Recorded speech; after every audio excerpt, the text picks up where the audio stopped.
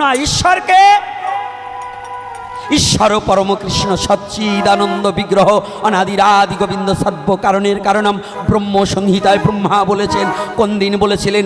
ব্রহ্মা যেদিন কৃষ্ণকে পরীক্ষা করবার নিমিত্তে, যেদিন ভগবানকে পরীক্ষা করেছিলেন, যেদিন গোধন এবং তার রাখালগণকে, তার সখাগণকে চুরি করেছিল, সেদিন ব্রহ্মা কৃষ্ণকে চিনতে না পেরে যখন আবার ভগবান ব্রহ্মাকে বুঝাইবার নিমিত্তে নিজের অঙ্গকান্তি থেকে নবলক্ষ ধেনু এবং সমস্ত সখাদের তৈরি করেছিলেন, সেদিন ব্রহ্মা ভুল বুঝে বলেছিলেন ঈশ্বর পরম কৃষ্ণ সচ্চিদানন্দ বিগ্রহ অনাদিরাদি গোবিন্দ সর্ব কারণের কারণম।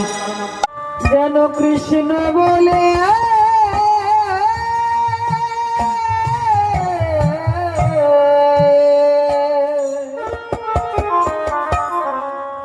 কাঁদিতে।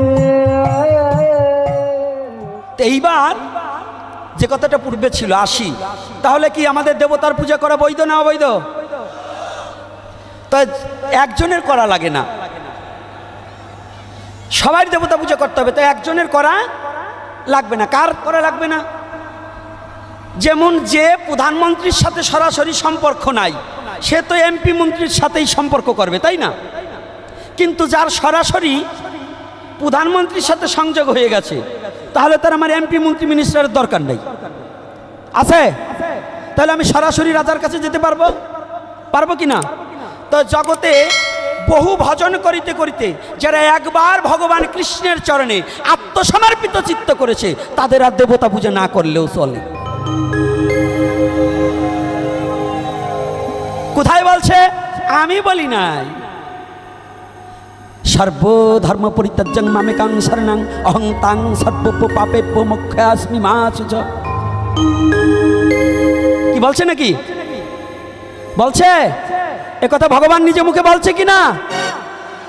তাহলে তখন কে ভজন করিতে করিতে দেবতাকে প্রণাম করিতে হবে, দেবতাকে প্রণাম করে বলতে হবে, মহাপুরুষদের প্রণাম করে বলতে হবে, হে মহাপুরুষগণ তোমরা আমাকে ভক্তি দান করো, যে ভক্তির দ্বারা আমি নন্দের নন্দন ভগবান শ্রীকৃষ্ণের শ্রীপাদ পদ্মে যেতে পারি। কথাটা মনে থাকবে তো? কি মনে থাকবে? রাধে রাধে। তাদের জন্য দেবতা পূজা লাগে না, কিন্তু যারা সবেমাত্র ভজন পথে যাচ্ছে তাদের দেবতা পূজা বাঞ্ছনীয় করিতে হবে। তাহলে দেবতা পূজা, দেবতাকে প্রণাম করে কি বলবে? দেবতা কি ঈশ্বর? দেবতা ঈশ্বর না, ঈশ্বরকে। ঈশ্বর পরম কৃষ্ণ সচ্চিদানন্দ বিগ্রহ অনাদিরাদি গোবিন্দ সর্ব কারণের কারণম। ব্রহ্ম সংহিতায় ব্রহ্মা বলেছেন, কোন দিন বলেছিলেন? ব্রহ্মা যেদিন কৃষ্ণকে পরীক্ষা করবার নিমিত্তে, যেদিন ভগবানকে পরীক্ষা করেছিলেন, যেদিন গোধন এবং তার রাখালগণকে, তার সখাগণকে চুরি করেছিল, সেদিন ব্রহ্মা কৃষ্ণকে চিনতে না পেরে যখন আবার ভগবান ব্রহ্মাকে বুঝাইবার নিমিত্তে নিজের অঙ্গকান্তি থেকে নবলক্ষ ধেনু এবং সমস্ত সখাদের তৈরি করেছিলেন, সেদিন ব্রহ্মা ভুল বুঝে বলেছিলেন ঈশ্বর পরম কৃষ্ণ সচ্চিদানন্দ বিগ্রহ অনাদিরাদি গোবিন্দ সর্ব কারণের কারণম। বোঝা যাচ্ছে? হ্যাঁ, তাহলে আমাদের কি ঈশ্বরকে, ঈশ্বরকে কৃষ্ণ। তাহলে ঈশ্বর কৃষ্ণকে বলা হলো কেন? ঈশ্বর নিরাকার রূপ ছেড়ে, নিরাকারত্ব ছেড়ে যখন ভক্তের জন্য, তাই প্রশ্ন থাকবে ঈশ্বর কি এবার সাকার হতে পারেনি কি? সে আসবে কেন? তার একজন কর্মচারী পাঠাই দিলেই তো হতো। তা আপনার ছেলে যদি জলের মধ্যে পড়ে, পাশে আপনি জমিদার, আপনার অনেক কর্মচারী আছে, এখন আপনি দেখলেন আপনার ছেলে জলে পড়ে গেছে, এখন আপনি ঝাঁপ দেবেন না ওই কর্মচারীকে বলবেন হ্যাঁ তুই যা, তুই যা? কোনটা কোনটা হবে? আমি নিজেই ঝাঁপ দেবো, তাই না?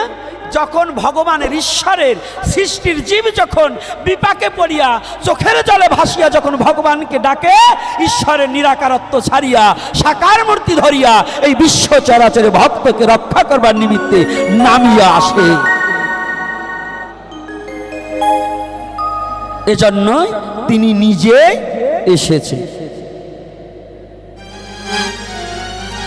এইবার কি করেছে?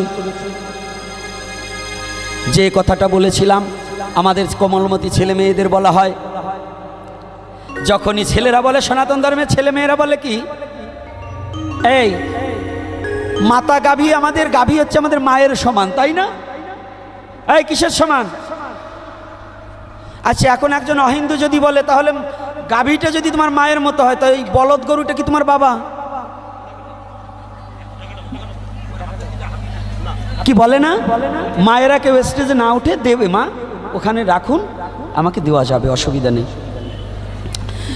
কি তাহলে যদি কেউ অহিন্দুরা প্রশ্ন করে যে ওই বলদ গাভীটা কি তোমার বাবা, আপনারা কি উত্তর দেবেন? না বলবেন না হ্যাঁ বলবেন? হ্যাঁ। কেমন বাবা? মাতৃস্তন পান করে মা যদি ছোটবেলায় মারা যায়, যার স্তন খেয়ে আমি বড় হয়েছি, সে যেমন মা হয়, তদ্রূপ বাবার পরিবর্তে যে আমাকে খাটনি খেটে, যার ঘাম পায়ে ফেলে যে আমাকে মানুষ করেছে, সেও আমার বাবার মতোই শ্রদ্ধা পায়। তাহলে আজ থেকে 20 বছর 30 বছর আগে এই ট্রাক্টর ছিল, এই ছিল, তখন আপনারা জমি চাষ করছেন কি দিয়ে? হ্যাঁ, বলদ দিয়ে চাষ করেননি? গরু দিয়ে চাষ করছেন কিনা? ছেলে গরু না মেয়ে গরু? ছেলে গরু। মুসলমানরা ধান চাষ করত কি দিয়ে চাষ করত? হ্যাঁ, খ্রিস্টানরা ধান চাষ করলে কি দিয়ে চাষ করত? বৌদ্ধরা ধান চাষ করলে কি দিয়ে চাষ করত? শুধু গরুতেই কি নাঙল বইতো, না পিছনে আর একজন থাকতো? হয়তো আমার বাবা নয় আপনার বাবা, একজন থাকতো না বাবা? তো 3 বলদে চাষ তো সেই ফসল খেয়ে আপনি নেচে নেচে শিক্ষিত হয়েছে।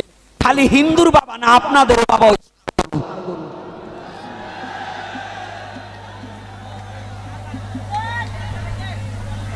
বলুন, উত্তর দেন, বলুন। এই বলদ ছাড়া আগে অন্য জুটত? তাহলে কি যে নিজের কাঁধে জোয়াল নিয়ে যে বাবাও তার পিছনে পিছনে হাঁটতো, তাহলে বাবাও এক বলদ, ওই দুটো আর এক বলদ, এই 3 বলদে চাষ করে আপনার মতো বলদ জন্ম দিয়েছে। তাহলে কি তাকে বাবার শ্রদ্ধা করতে কি দোষ আছে নাকি? এজন্য আমরা গোমাতার পূজা, বৎসদের পূজা করি, গোফাল্গুনে পূজা করি এবং গোপাষ্টমীতে পূজা করি, করি না? মিথ্যা কথা আপনারা করেন না, সবাই করেন না, যারা একটু জানেন তারা করেন, আরগুলো জানেও না। আর আজকে আর একটু খোটা দিয়ে যায়, একটু হিঙায় দিয়ে যায়। এই অঞ্চলে সব আমার বোধহয় এই ফলিমারিতে ক্ষত্রিয় বেশি না? ক্ষত্রিয় ব্রাহ্মণের চেয়ে একটুও কমা নয়, বাহু থেকে ক্ষত্রিয়ের উৎপত্তি। তো সেই ক্ষত্রিয় নিজের স্বধর্ম ভুলে মুরগি পোষে কোন কথায়? অর্থাৎ ওরা নিজের স্বধর্ম ভুলে এইবার কথা বলে না, কয় আমাগো বাড়িতে তো আছে।